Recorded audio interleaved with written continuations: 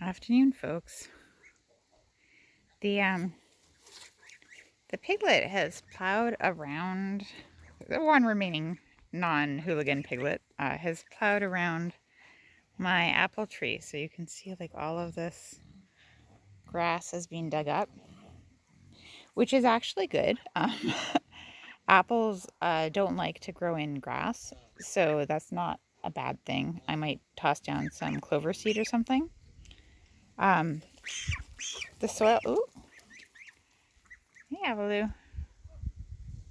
The soil, you can see, is really nice and like a rich brown color here.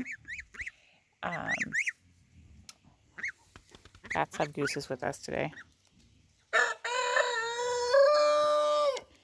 So I think that he's looking for worms. And I think that these two muscovies are kind of going along behind, taking out the bugs behind him.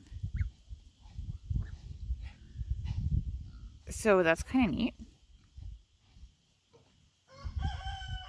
I mean, it's also quite a warm day, and so it's possible that he's looking for a cool spot to lie in, but he's not really lying. Like, you can see he's just like churning through all of this. One of my goals is to have a garden space that doesn't have any perennials in it, so nothing that lives over the winter. I really like plants that live over the winter. They make it they come up earlier in spring. They make it a lot easier because you don't have to plant everything at the right time. They just start growing at the right time. But, oh, hey.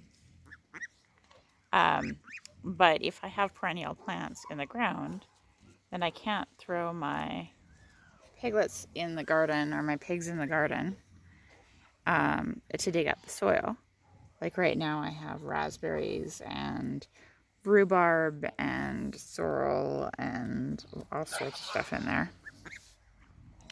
So there's something to be said about having those things, the things that that live for more than 1 year in a different area, and then having the things that get planted every year in a place where I can put the pigs. I'm getting Bathtub Goose accustomed to daily walks, so he comes and does chores with me. And he's starting to eat grass. It took him a really long time to eat grass. So that's good. And eventually the goal is to leave him outside for working up to for the daytime, and then maybe bring him in at night. And then eventually maybe work up to him being just outside. Unfortunately for this plan, there is a second Bathtub Goose who came from... You're so cute. You are just ridiculously cute.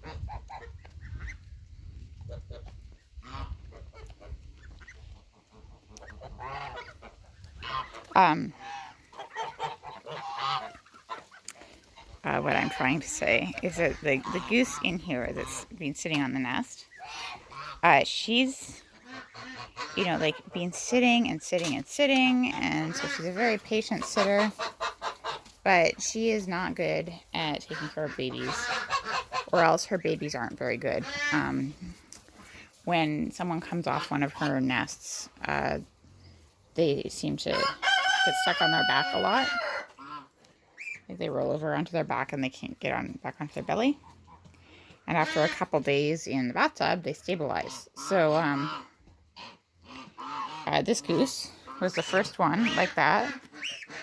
And then I found another one like that just the other day. So that one is in the bathtub now. It's 2 weeks younger than Bathtub Goose.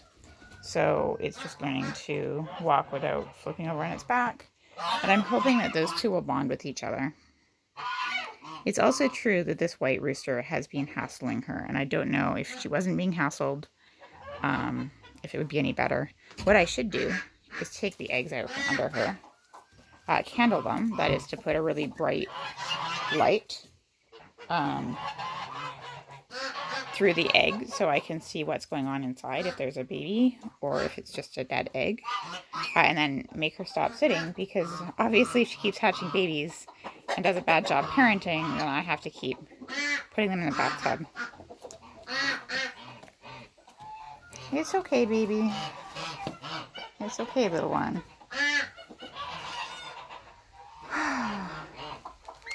The ducks have been hanging out in here. I have a feeder set up in here normally, this blue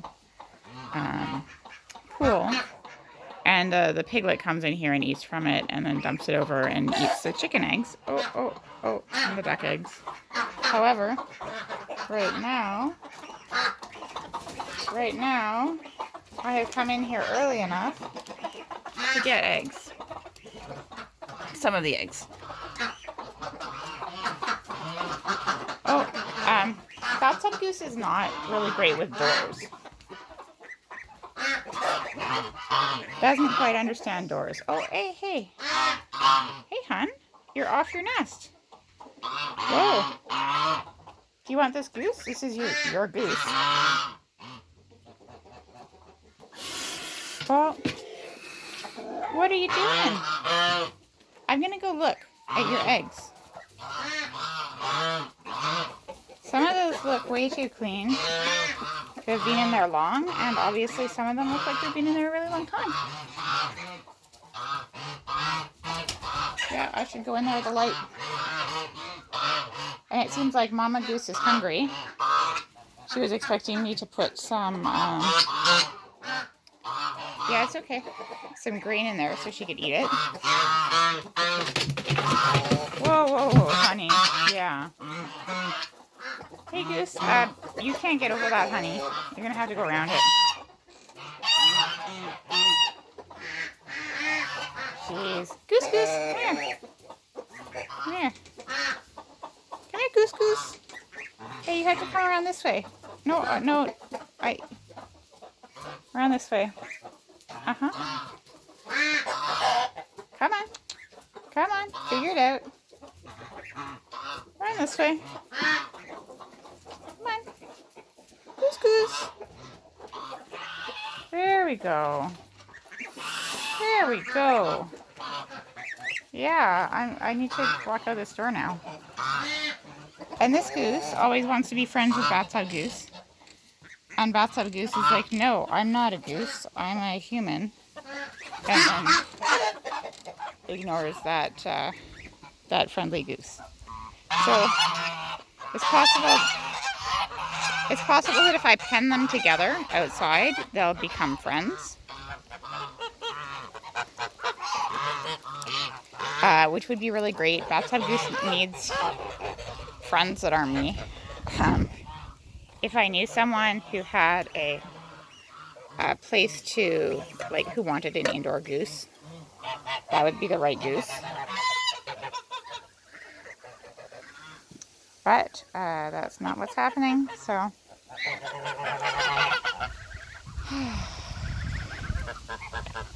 So it's hot today. It's been really warm. I came out here to feed things, but also to harvest some stuff. Oh, that's cute. Harvest some stuff to eat out of the garden. And this goose was just being adorable, so I thought you might want to see that. I've been running around filling up. I filled up the pig wallow really deep, and they were very happy about that. It's okay, little one. Yeah, so I'm going to harvest the tips of this lamb's quarters, just the flower buds.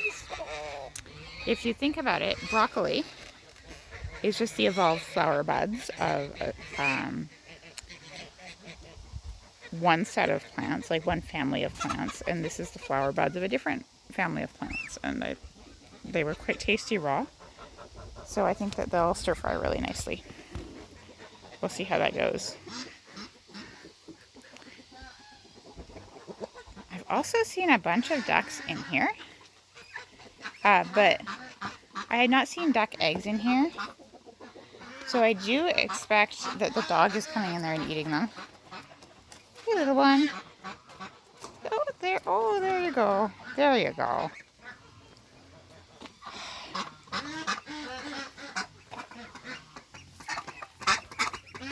This is Mama Duck. Hey, Mama. I see you have ducklings that are so big. They're like almost real ducks now, even though they don't have any feathers. It's okay, Mama. It's okay, Mama.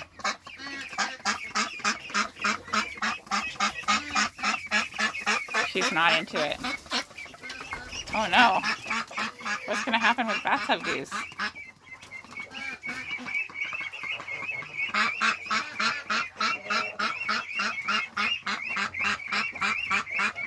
Hi, bathtub goose. One of those babies is very spotty, just like my anconas. And I put a hatch of anconas together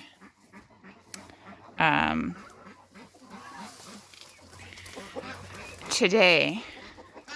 So I'm going to have to be careful over the winter that I don't mix up that one very spotty one and the anconas that I've just hatched out. Oh, the goose parade is getting ahead of me. It's a weekend and it's so sunny and bright. Oh, come on, you can do it. You can do it. There you go. It's a weekend and so sunny and bright that I lost track of time. So it's actually fairly late for me to be doing chores. But apparently I just keep finding these eggs and deciding that I need to take them back here.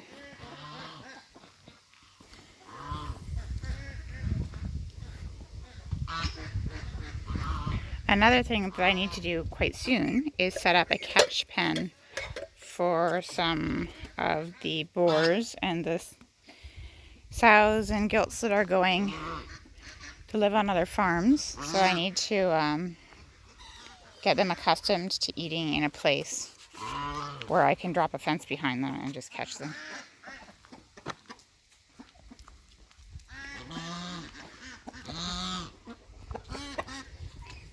Feels weird, like it. Hey. You can get around there. Yeah, there you go. This is an area that bathtub goose knows well, because I did a lot of wheelbarrowing poop out of this area, so she was following me.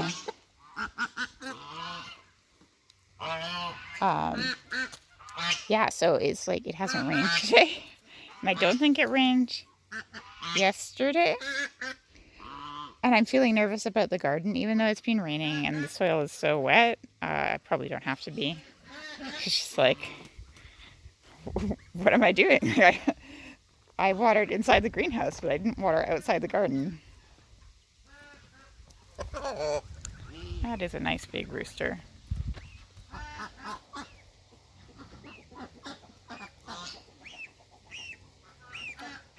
Come on. Come on, come on. This is my really enormous mint again.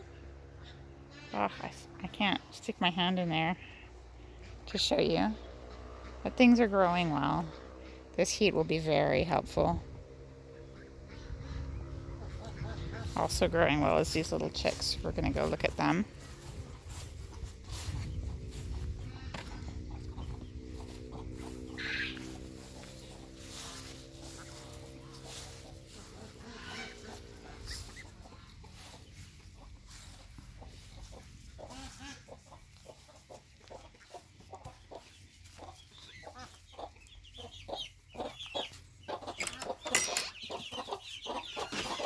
So there you can see them.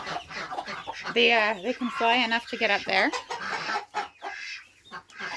So they're perching, which means that if they wanted, they could go through this hole here and into the other chickens. So I might let them do that soon while their mama is protecting them. It's okay, bathtub goose. I'm right here. So you can see they're all sorts of sizes and shapes and colors. Well, pretty much similar sizes, I guess. And they're not even done growing feathers. They're still fluffy on their butts and around the sides of their heads. But they can fly these short distances to get up here. And in fact, chickens aren't like, they aren't birds that fly like crows or hawks fly. They're wild chickens, which are red jungle fowl, actually will just kind of like fly from branch to branch. So they like go a short distance. They don't take off and go forever. This is such neat feathering on this one. Look at that.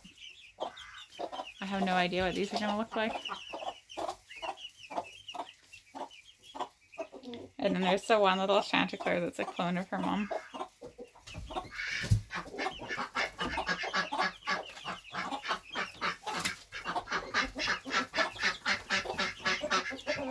Oh, I just got eggs from in here like 2 hours ago when I went to put the incubator in place, or eggs in the incubator, and you can see there are 2 more eggs in that corner.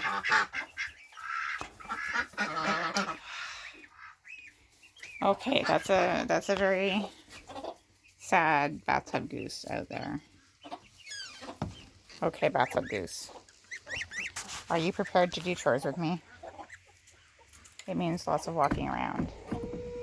Just back and forth. You good for that?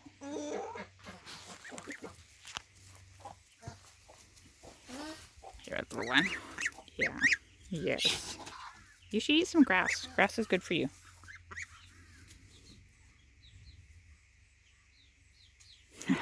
We're being watched.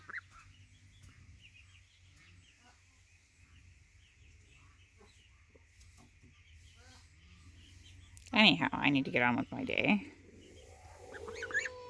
You all have a good afternoon.